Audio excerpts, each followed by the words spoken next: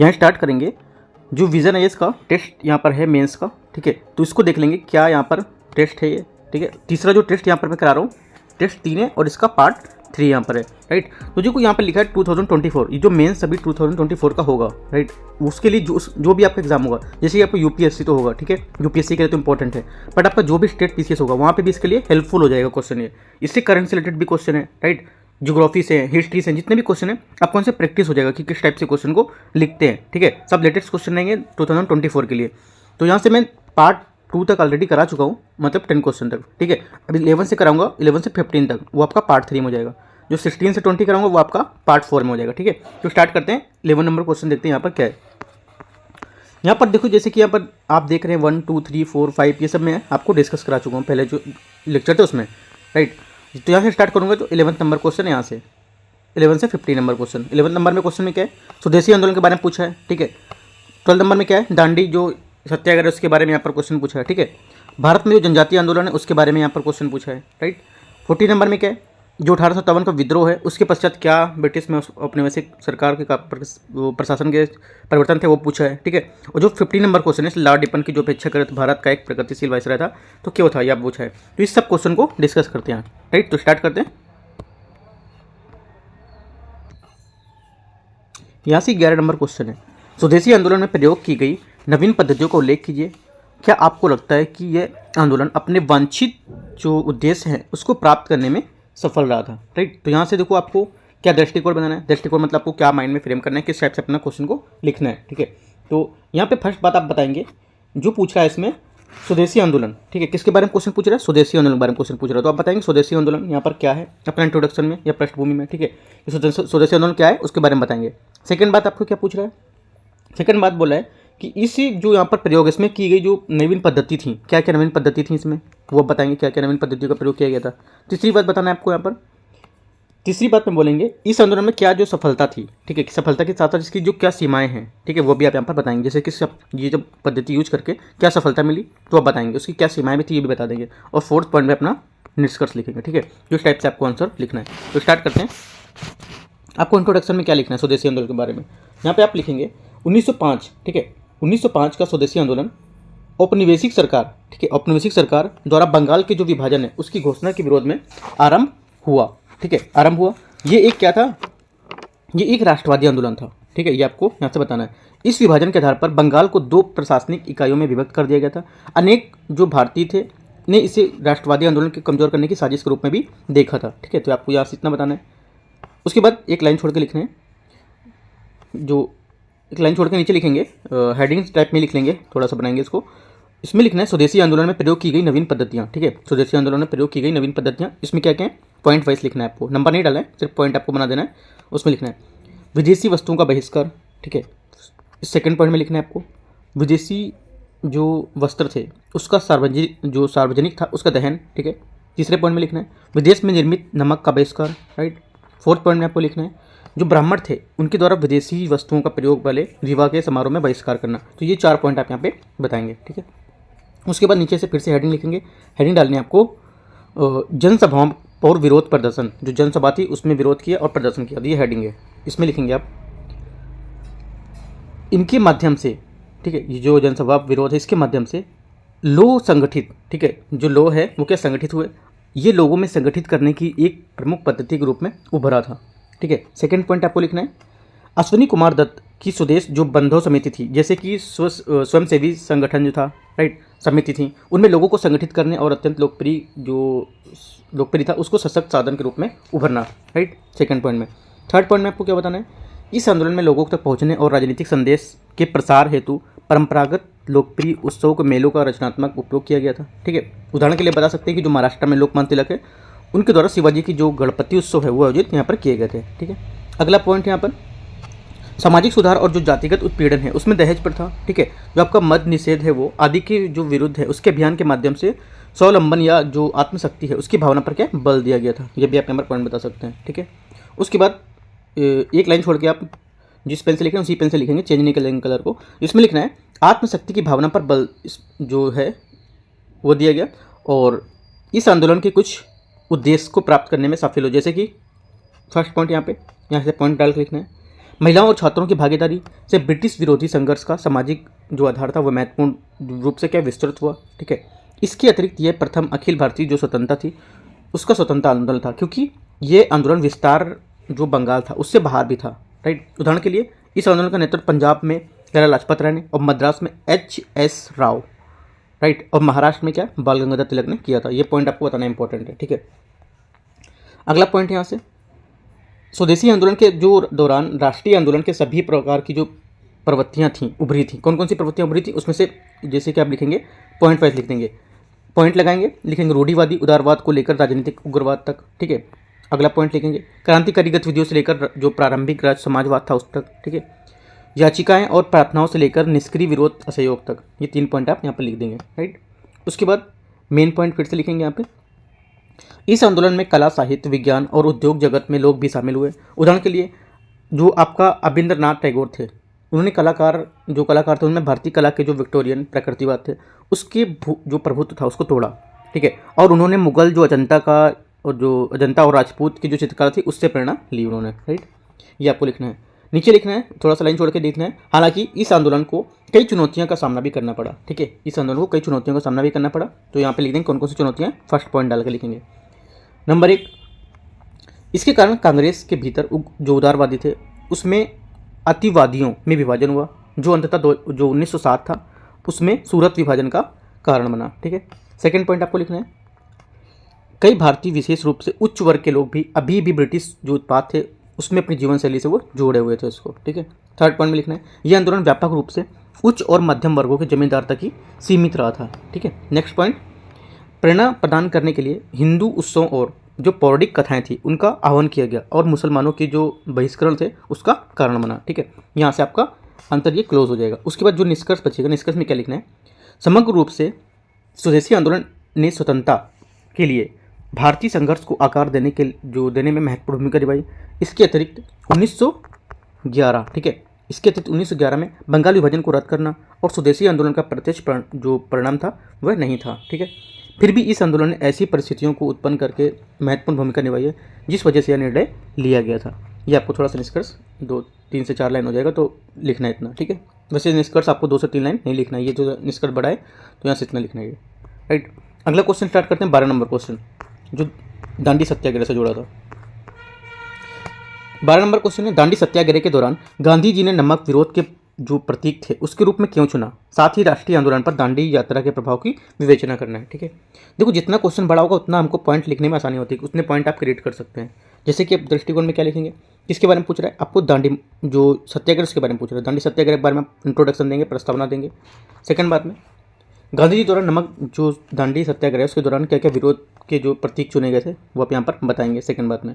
ठीक है, थर्ड बात में बताएंगे यहाँ पे बोला राष्ट्रीय आंदोलन पर दांडी जो यात्रा है, दांडी सत्याग्रह, उसमें क्या प्रभाव था, क्या प्रभाव पड़ा तो ये बताएंगे। और चौथे में निष्कर्ष लिखेंगे। ठीक है, तो आंसर लिखते हैं दांडी सत्याग्रह, देखते हैं क्या इंट्रोडक्शन में आप लिखेंगे।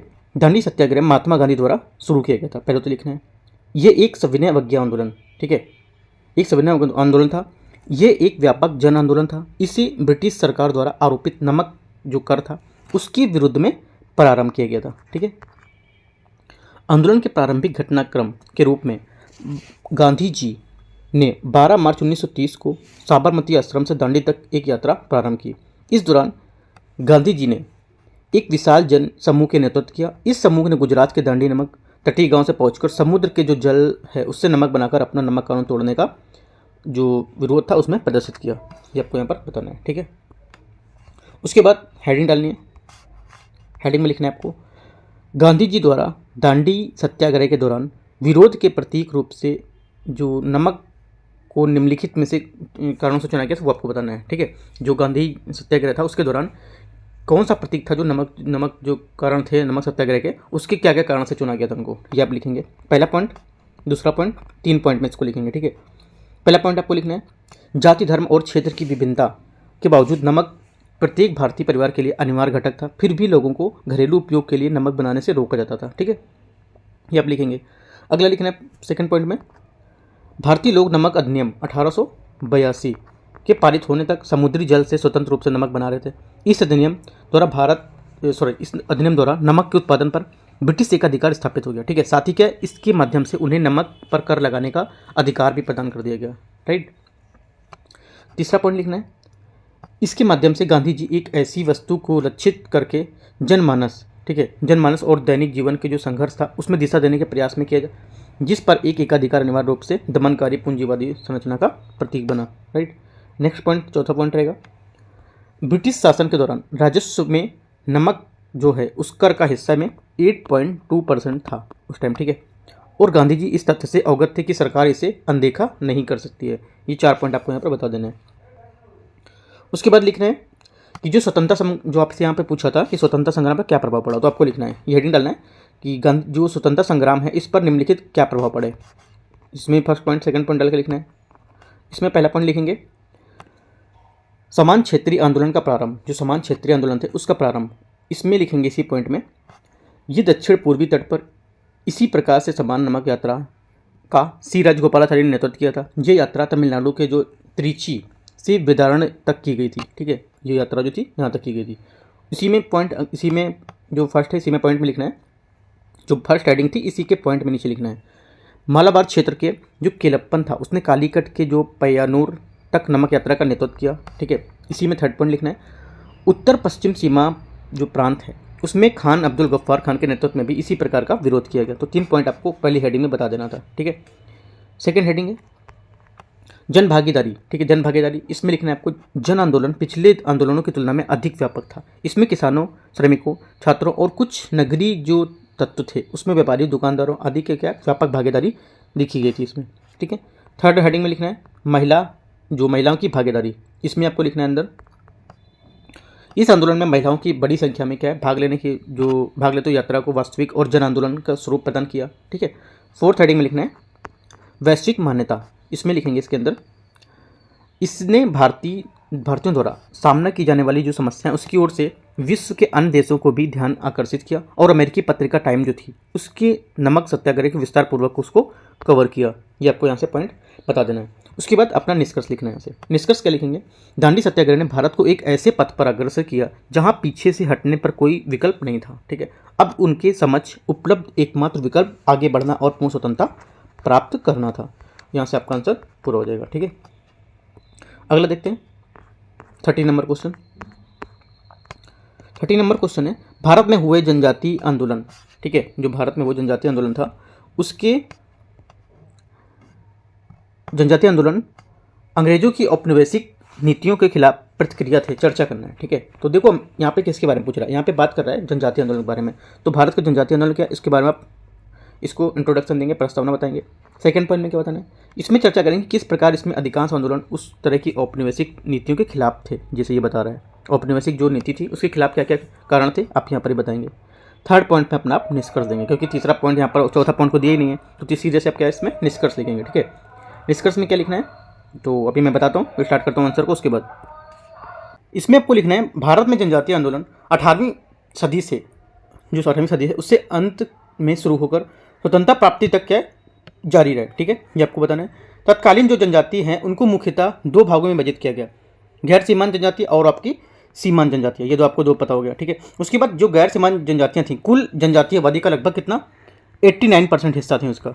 ठीक है, ये बात आपको बताना है क्योंकि इंपॉर्टेंट पॉइंट है, जो आपको पॉइंट यहाँ पे मिलते हैं वो आपको जरूर वहाँ पे हाईलाइट करना है। ठीक है, और जो मध्य भारत है उसके पश्चिम मध्य भारत में और आंध्र प्रदेश के निवास करती थी सब, जिसमें क्या खोंड, संवारा, संथाल, मुंडा, उराव, कोया, कोल, ठीक है, गोंड एवं भील, सब जनजातियाँ आंदोलन में भाग लेने वाले कुछ प्रमुख गैर सीमांत उपजातियाँ थीं। राइट, सीमांत जो जनजातियाँ थीं वो क्या थीं, जो सीमांत जनजातियाँ थीं वो आपकी उत्तर पूर्वी सीमांत राज्यों तक ही सीमित थीं। इसमें खासी, नागा आदि जनजातियाँ क्या है यहाँ पर शामिल होती थी। राइट, ब्रिटिश शासन के दौरान ये अपनाई गई जो निम्नलिखित औपनिवेशिक नीतियाँ थी उसके आंदोलन के प्रमुख कारण थी, जो यहाँ पर बताया था ना कि ब्रिटिश निवेशिक औपनिवेशिक नीतियाँ थी, उसको स्टार्ट करेंगे अब यहाँ पर। ठीक है, तो ये हेडिंग डालेंगे, आपको डालना हेडिंग ब्रिटिश जो शासन है उसमें जो अपनाई गई निम्नलिखित औपनिवेशिक नीतियाँ क्या हैं। ठीक है, तो लिखेंगे यहाँ से, इसमें पहली हेडिंग डालेंगे आप, पहली हेडिंग में लिखना है आपको, पहली हेडिंग में लिखेंगे भू राजस्व बंदोबस्त लागू करना। ठीक है, जो भू राजस्व बंदोबस्त है वो लागू करना। इसमें लिखेंगे आपको यहाँ पे लिखना है,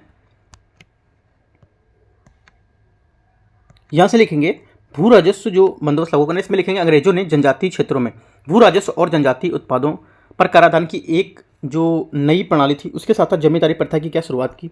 ठीक, इस प्रथा में भूमि कर जो भूमि थी उस पर जनजातीय स्वामित्व को समाप्त कर दिया गया था। साथ ही क्या जनजाति जो समाज की जो समतावादी थी, ठीक है, संरचना, उसको सामाजिक आर्थिक भेदभाव के कारण उसको उत्पन्न किया गया था। राइट, यहाँ से क्या है, जो मुंडा विद्रोह है, मुंडा विद्रोह जो औपनिवेशिक सरकार है उसकी भू नीति की अप्रत्यक्ष परिणाम थी। ये आपको याद रखना है, मुंडा विद्रोह आपको बता देना है यहाँ से और हाईलाइट कर देना है उसको।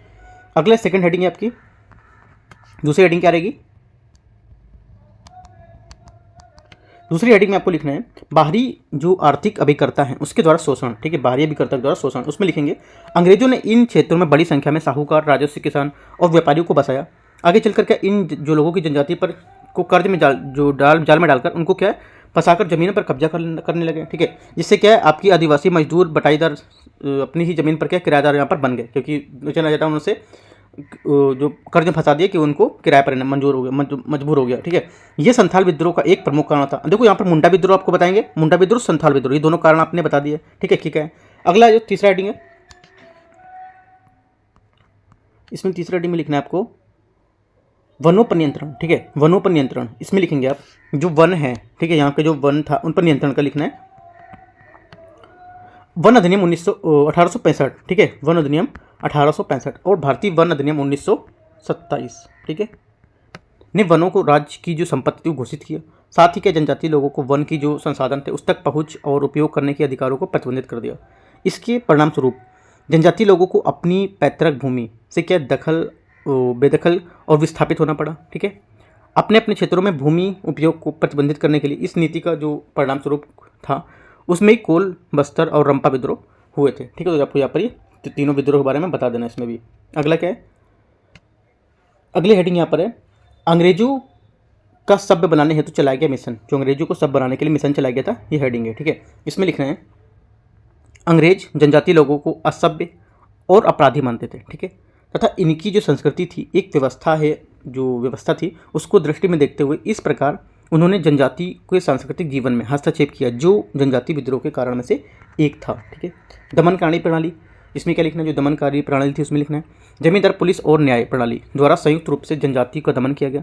ये तीनों मिलकर जनजाति से दमनकारी जो उगाही थे उसमें संपत्ति के जबरन बेदखल करना, दुर्व्यवहार करना, ठीक है, और हिंसा करना, ये सब क्या है इसमें जो विद्रोह थे ये इसके कारण बन गए। ठीक है, विद्रोह जो इसके कारण बन गए, इसमें खोंड, भील, कोल, रामोसी, खासी और नागा, ये सब जनजातियों द्वारा ये किए गए थे। तो आपने ये जनजाति के बारे में आपको दिखा देना है।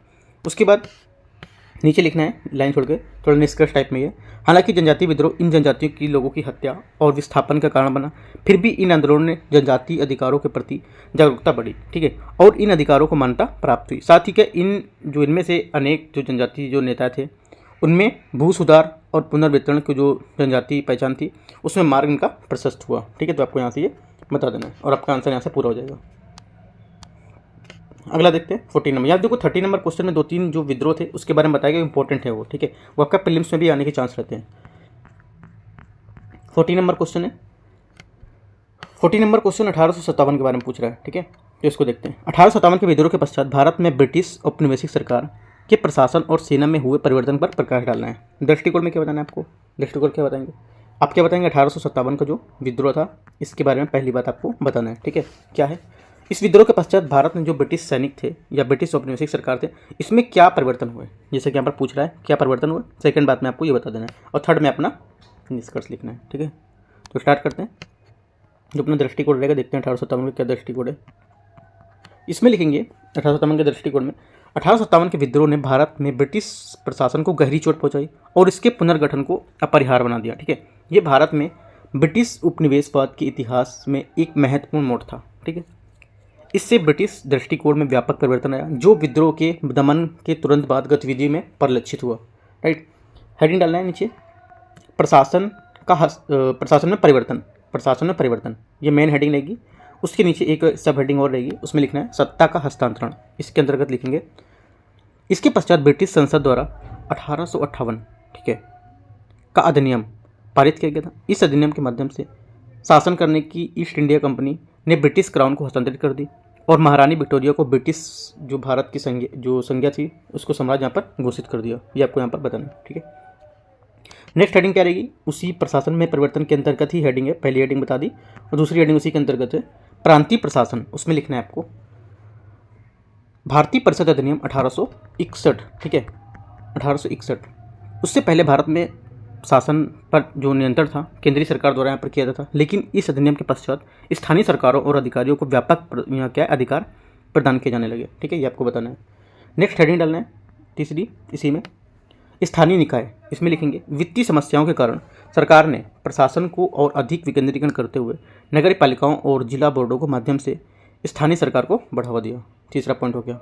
चौथा पॉइंट इसी में होगा सार्वजनिक सेवाओं का पुनर्गठन। इसमें क्या लिखेंगे, इसमें लिखना है विद्रोह से पहले भारतीय सिविल सेवा विशेष रूप से एक ब्रिटिश निकाय थी। हालांकि विद्रोह के उपरांत भारतीय सिविल सेवा है उसको भारत के लिए खोलने और उसको भारतीय लोगों के लिए प्रतियोगी परीक्षा में भाग लेने की अनुमति दी गई थी। ये आपको यहाँ पर बता देना है। उसके बाद हेडिंग डालना है आपको, मेन हेडिंग है सेना में बदलाव, ठीक है, सेना में बदलाव। इसमें लिखेंगे, इसमें आपको लिखना है यूरोपीय सैनिकों की जो इसमें भूमिका थी वह काफ़ी महत्वपूर्ण थी और इसमें इनकी सेना में वृद्धि हुई। देश में एक विद्रोह होने के कारण इनमें सेना को पुनर्गठित किया गया था, ठीक है, लिखना है। अगला आंसर पॉइंट है भारतीय सैनिकों को विभाजन।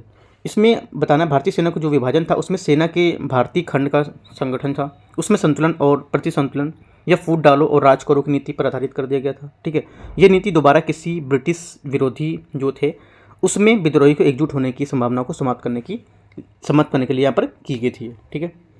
तीसरा पॉइंट आपको लिखना है सैनिकों के जो सैनिक थे उसमें सामुदायिक, जातिगत, जनजाति और क्षेत्रीय वफादारी को बढ़ावा दिया गया ताकि उसमें क्या राष्ट्रवाद की भावना क्या जागृत हो, ठीक है, जागृत ना हो, ठीक है। उदाहरण के लिए अधिकांश जो रेजिमेंट थे उसमें जातिगत एवं सामुदायिक जो कंपनी थी उनकी यहाँ पर शुरुआत की गई थी, राइट। इस प्रकार भारतीय सेना विशुद्ध रूप से किराए की सेना के टाइप में ही बनी रही, ठीक है। इसके अलावा इन्हें शेष आबादी के जीवन और विचारों से अलग रखने का हर संभव प्रयास किया गया, राइट। ये आपका यहाँ से आंसर पूरा होगा। उसके बाद निष्कर्ष में क्या लिखना है, निष्कर्ष में आप लिखेंगे अंग्रेजों की इस रूढ़िवादी प्रतिक्रिया ने ब्रिटिश जो साम्राज्य थे उसको अधिक निरंकुश बना दिया। इन्होंने शिक्षित भारतीय की जो सत्ता साझा थी उसकी आकांक्षाओं को अस्वीकार करना शुरू कर दिया और ब्रिटिश का ये नया रवैया था कि जिसमें जो भविष्य में साम्राज्य के लिए हानिकारक सिद्ध हुआ। जो शिक्षित भारतीय वर्ग मध्य वर्ग था उसकी बढ़ती हताशा उसने आधुनिक जो राष्ट्रवाद था उसको जन्म दिया, ठीक है। आपको ये बता देना है। या तो सीधे से आप एक लाइन यहाँ से बताएंगे कि अंग्रेजों ने इन रूढ़िवादी प्रतिक्रियाओं को ब्रिटिश साम्राज्य को अधिक निरंकुश बना दिया था। इससे शिक्षित भारतीयों की सत्ता साझा करने की आकांक्षाओं को अस्वीकार करना शुरू कर दिया। बस इतना आप यहाँ पर बता देंगे निष्कर्ष को, ठीक है। अगला देखते हैं 50 number question, 15 number question. Lord Ripon अपेक्षाकृत, ठीक है, लॉर्ड रिपन अपेक्षाकृत भारत का एक प्रगतिशील वायसराय था, स्पष्ट करना है, ठीक है। दृष्टिकोण आपका क्या रहेगा, दृष्टिकोण आपका यहाँ पे क्या रहेगा। लॉर्ड रिपन का पहले तो आप बताएंगे किसके बारे में पूछे, लॉर्ड रिपन के बारे में क्या है ये बताएंगे, ठीक है। दूसरी बात आपको बताना है यहाँ से लॉर्ड रिपन किस प्रकार अपने दृष्टिकोण अपेक्षाकृत के प्रगतिशील थे। ये जो है ना ये लिखा है प्रगतिशील थे, तो किस जो लॉर्ड रिपन था किस प्रकार या किस टाइप से अपनी दृष्टिकोण की अपेक्षा प्रगतिशील था, ठीक है, अपने जो काम के प्रति कैसे अपेक्षाकृत या प्रगतिशील था, ठीक है। तो आप सेकंड बात में बताएंगे। थर्ड में अपना निष्कर्ष लिखना है, ठीक है। तो स्टार्ट करते हैं आंसर को। लॉर्ड रिपन के बारे में बताएंगे तो लिखेंगे लॉर्ड रिपन ने सन 1880 से 1884, ठीक है, 1880 से 1884 तक भारत के वायसराय के रूप में कार्य किया। इस समय भारत में गंभीर अकाल जो था, प्रतिगामी राजस्व कराधान और वर्नाकुलर प्रेस एक्ट 1878 जैसे विधान के जो कारण थे उसमें साम्राज्यवादी जो विरोधी भावना थी वो चपेट में था, ठीक है। हालांकि ये तर्ज दिया गया कि अन्य वायसराय गवर्नर जनरल जैसे कि विलियम बेंटिंग, ठीक है, मेटकॉफ आदि ने भारतीय की स्थिति को बेहतर बनाने के लिए विभिन्न सुधार किए, जैसे कि सती प्रथा उन्मूलन, ठीक है, और प्रेस अधिनियम 1835 पारित करना। और प्रेस अधिनियम 1835 को क्या है माध्यम से 1823 का जो दमनकारी लाइसेंस अधिनियम था, ठीक है, उसको रद्द करना। हालांकि ये लॉर्ड रिपन द्वारा कुछ सुधार यहाँ पर प्रगतिशील सामाजिक सुधार यहाँ पर संबंधित माने जाते हैं इससे, ठीक है। ये आपको यहाँ पे पॉइंट बता देंगे। इसमें हेडिंग लिखेंगे लॉर्ड रिपन ने कुछ सुधार किए थे। क्या क्या सुधार किए थे पहली हेडिंग रहेगी इसमें पहली हेडिंग रहेगी श्रमिकों की स्थिति में सुधार के लिए पहला कारखाना अधिनियम 1881 यहाँ पर क्या है लाया, ठीक है, पारित किया गया। इसमें लिखेंगे अधिनियम के तहत 7 वर्ष से कम आयु के बच्चों को काम करने पर रोक लगा दी गई। 12 वर्ष से कम के बच्चों को लिए यहाँ पर कार्य के जो घंटे थे उसमें सीमित कर दिए गए। इस अधिनियम में एक कर्मचारी के लिए कार्य अवधि के दौरान 1 घंटे के अवकाश माह में 4 दिनों के लिए अवकाश भी यहाँ पर प्रदान किया गया था, ठीक है। अगला दिखाएंगे यहाँ पर सेकंड पॉइंट में लिखेंगे वर्नाकुलर प्रेस एक्ट 1878, ठीक है। इसमें क्या लिखना है आपको, इसको निरस्त करना, ठीक है। इसमें लिखना है इस अधिनियम को भारत तत्कालीन जो वाइसराय थे लॉर्ड लिटन उनके द्वारा प्रस्तावित किया गया था। इस अधिनियम का उद्देश्य स्थानीय प्रेस अर्थात जो गैर अंग्रेजी प्रकाशन था उसको ब्रिटिश नीति की आलोचना के व्यक्त करने से रोकना, विशेष रूप से उस विरोधी को जो द्वितीय एंग्लो अफगान युद्ध से शुरुआत के साथ विकसित हुआ था। ठीक है, लॉर्ड रिपन ने वर्नाकुलर प्रेस एक्ट जिसको 1878 में विरोध किया था, उसने लॉर्ड रिपन की स्थानीय भाषाओं में प्रकाशित समाचार पत्रों में स्वायत्तता प्रदान की। ठीक है, ये लिखना है।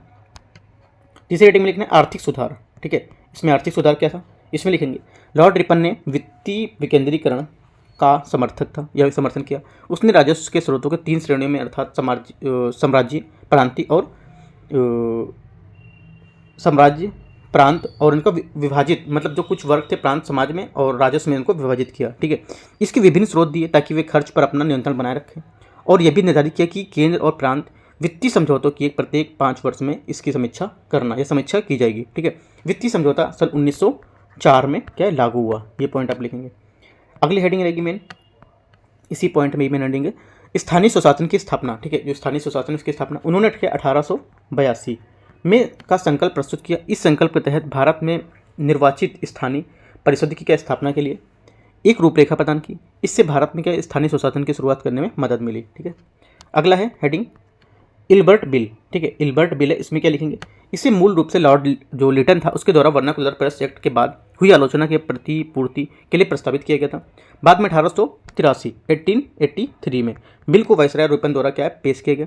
इस बिल में उद्देश्य वास्तव में भारतीय न्यायाधीशों के मजिस्ट्रेट थे उसको जिला स्तर तक यहाँ पर आपराधिक मामलों के लिए ब्रिटिश अपराधियों की जांच के लिए सुनवाई करने का अधिकार देकर भारतीय दंड संहिता के लिए नस्ली जो पूर्वाग्रह था उसको समाप्त करना था। ठीक है, द हंटर कमीशन अगला हेडिंग है, द हंटर कमीशन 1882। इसमें क्या लिखना है, आयोग ने भारत में शिक्षा की स्थिति के सुधार के लिए प्राथमिक शिक्षा विस्तार की क्या दिशा निर्देश जो थे उसमें ब्रिटिश सरकार के उत्तरदायित्व पर बल दिया। ठीक है, अगली हेडिंग है भूमि और काश्तकारी सुधारों की दिशा प्रयास। इसमें लिखेंगे बंगाल के रैयत लंबे समय तक जमींदार तालुकदार शोषण के खिलाफ आंदोलन कर रहे थे।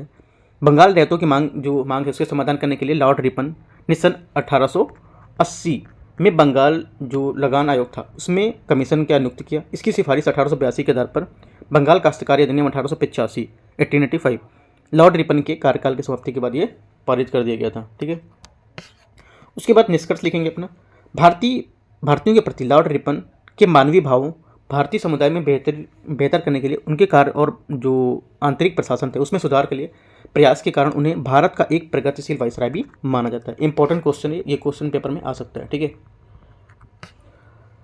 तो यहाँ से देखो जो 11 से 15 नंबर क्वेश्चन तक थे, 11 से 15 वो मैंने क्वेश्चन यहाँ से आपको डिस्कस कर लिए। ठीक है, अब जो 16 से 20 नंबर क्वेश्चन तक बचेंगे पार्ट 4 में आपके आ जाएंगे। ठीक है, पार्ट 4 में, तो पार्ट 4 में आपको मैं डिस्कस कर दूंगा वहाँ पर। राइट, तो कोई डाउट रहता है आप नीचे कमेंट में पूछ सकते हैं। बाकी देखो जो 5 क्वेश्चन लिखाता हूँ भले आप 5 क्वेश्चन नहीं लिखें, ठीक है, कम से कम ये क्वेश्चन को पूरा रीड कर लें, एक बार अच्छे से पढ़ लें और 2-3 क्वेश्चन को तो आप लिख सकते हैं और लिख के आप डिपॉजिट भी कर सकते हैं, तो मैं आपको वहाँ से आंसर चेक करके आपको रिटर्न कर दूंगा। ठीक है, तो टेलीग्राम चैनल में नीचे पेस्ट कर दूंगा, तो वहाँ से आप आंसर डिपॉजिट भी कर सकते हैं। राइट।